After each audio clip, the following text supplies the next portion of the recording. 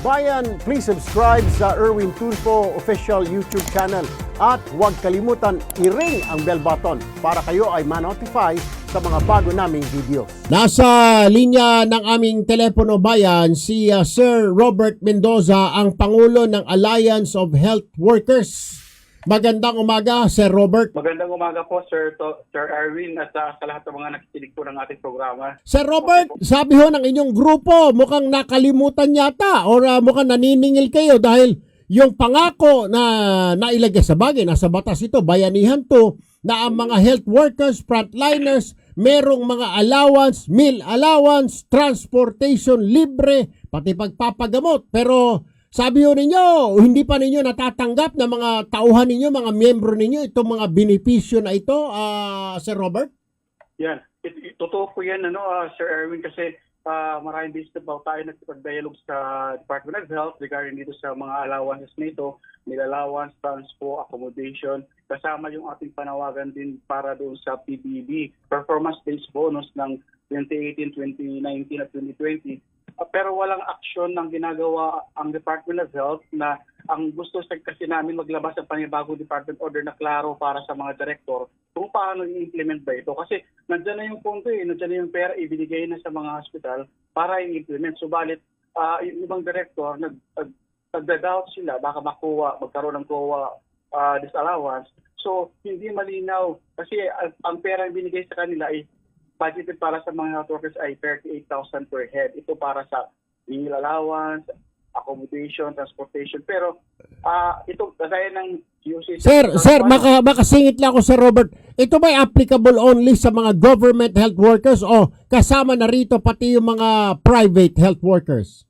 Doon sa bayanihan to, kasama po yung private health workers at saka mga LGUs. Aha. Alright, so wala pa hong alam ko, meron ng ilan-ilan na lumapit sa akin ng mga health workers, pero ang problema nila, yung pagpapagamot dahil tinamaan sila ng COVID, parang sinasabi ng kanilang mga employers, bahala kayo, meron naman kayong PhilHealth, ang sasagutin lang namin 10%. Ganun po ba? Or dapat sagutin talaga ito ng 100% na pagpapagamot ng frontliner, lalo na siya ay frontliner, lalo na kung nakuha niya yung kanyang sakit dahil sa pagtatrabaho. Sir Robert. Tama po kayo, sir. Dapat sagot ito ng ating ng gobyerno, yung pagpapagamot ng mga health workers. Nakakalungkot lang po kagaya ng ating mga health workers, mga nurses, na mga job orders, contract of service, hindi po kasama doon sa libreng pagpapagamot.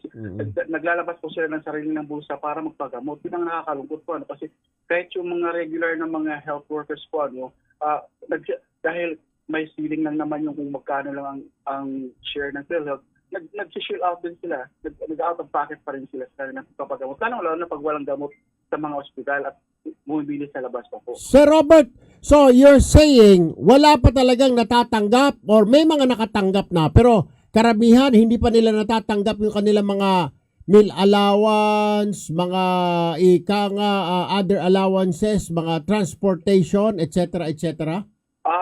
Mayroon pong mangilan-ilan na nakatanggap na kasi ang mga direktor nila sa hospital ay gumawa ng paraan kung paano ibigay, kagaya sa National Children's Hospital. Ibinigay po ito ng as gift check or voucher na good for groceries lang kasi yun ang sabi para sa pagkain lang. So mayroon silang mga kinontrata ang mga malls, SM o iba pa Pure Gold, doon sila bibili. Pero naibigay ito sa kanila ng mga direktor, pero mayroong mga direktor na hindi nagbibigay pa rin hanggang ngayon. Nasa kanila na yung pera mismo kasi nalilito sila kung paano ibigay kasi ang sagot ng Department of Health, kausap daw nila ang COA, hindi daw siya pwedeng ibigay ng cash. Pero nang usap kami ni Senator Recto, sana ibigay ito ng cash na lang sana sa mga health workers kasi mas nakakaalam ang mga health workers kung ano ang kanilang pangangailangan, kung ano bibigay nila. Magkanong allowance po ba are we talking here? Uniform po ba yan? Magkanong allowance?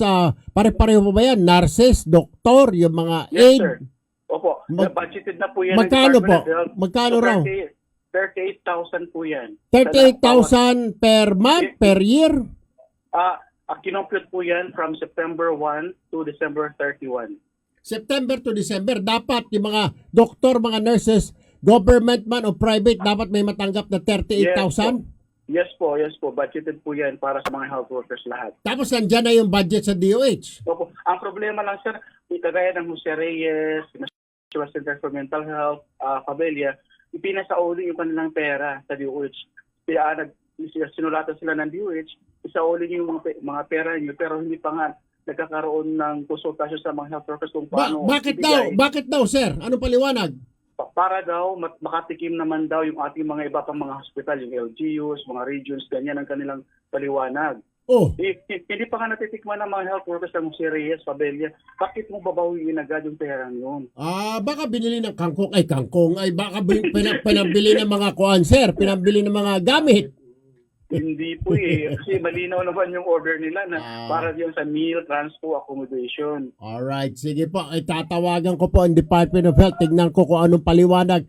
Nako, yes sir, may pahabol po kayo. Yes, sir. Kaya kami sumulat kay President Duterte para kausapin na kami kasi kami yung nagsasabi ng katotohanan ng anong kalagayan ng mga health workers sa mga hospital sa ngayon. Kasi palagi na lang nagdedepensa yung taga-Department of Health na marami ng protective equipment binibigay pero wala naman. Nagsasabi yung mga taga-OR namin, mga leaders namin na 3 na lang natitira sa kanilang K95, 6 na mag-o-opera, anong gagawin? Tapos mayroon pang mga department order din sa PGH. Yung K95 may bago silang memorandum, permitin daw ng 3 araw. Paano yun? Kulang talaga ng PGH. Yung face mask, 3 araw gagamitin? Yes po, ganun na. Tapos mga health worker sila? Yes, so di ba, good for 8 hours lang yan, isang shift. Dapat palitan agad. Ay nako talaga. Sige po. At hayaan nyo at ipaparating ko at makakausap natin itong Department of Health. Sige po, Sir Robert Mendoza for bringing that to our attention. Maraming salamat po. Robert, matulungan mo kami, Sir Erwin. sige po, kakausapin ko po si Yusek Leopoldo Vega ng DOH. Salamat po, Sir Robert Mendoza. Okay, maraming salamat, Sir. Maraming salamat po. Magandang umaga, Yusek Vega, Sir. Magandang umaga, Erwin. Magandang umaga din sa lahat nakikinig ngayon. Opo. Mabuhay ka, Erwin. Mabuhay ka. Salamat po for picking up our call, Yusek. Alam kong busy ka pero bilisan ko na lamang po. Ang Okay, Erwin. ilalapit ko lamang po itong sinasabi po ng mga Alliance of Health Workers na yung kanilang mga benepisyo, karamihan sa kanila ay hindi pa po nila natatanggap. Nakapaloob naman daw po ito sa Bayanihan 2 Law, Yusek. Tama, Erwin. Linawin lang natin. Alam mo, sa Bayanihan 2, na ibaba na namin ang SRA, yung Special Risk Allowance, at saka yung Hazard Duty Pay. Opo. Alam mo, sa hazard pay na nabigay namin, mga 3 billion yan, na naibaba namin sa 354 healthcare workers na. Sa lahat yan, sa regional level at saka sa hospitals. At saka yung SRA na 2.9 billion na binigay na Bayanihan 2, naibaba na namin sa 295 healthcare workers.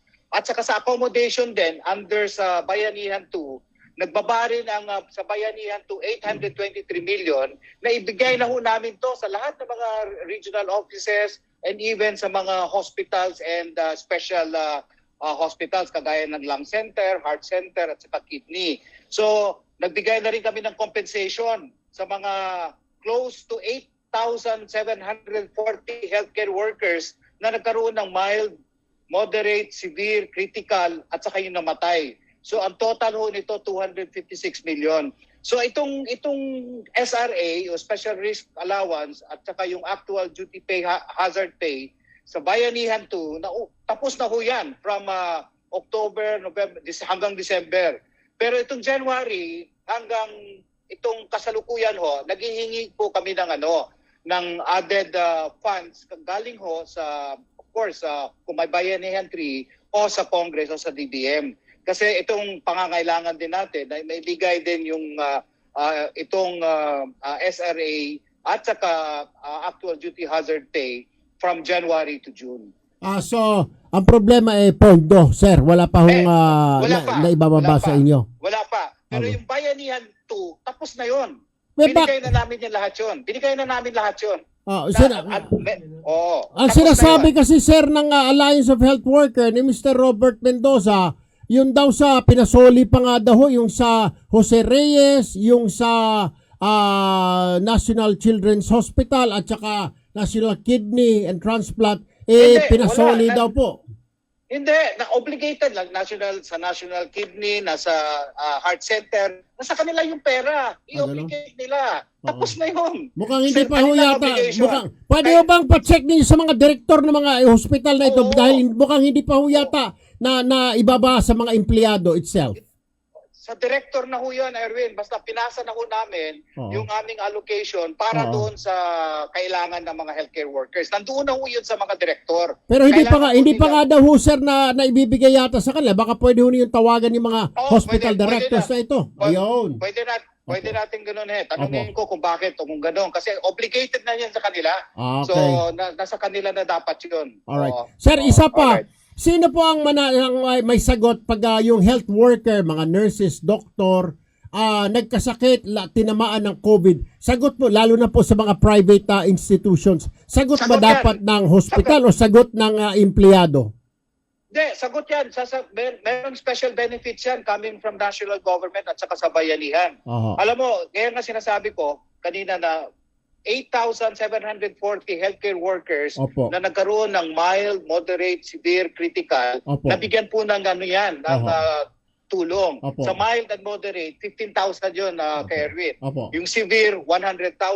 Yes. At saka yung namatay, 1 million. Okay. So, ito yung naibigay na po namin yan sa mga 8,740. So, may mga pending na lang siguro, kukonti na lang, pero karamihan nabigyan na po. Alright. Yusek Leopoldo Vega, DOH, Treatment Czar. Magandang umaga po at salamat po. Ingat po kayo, sir.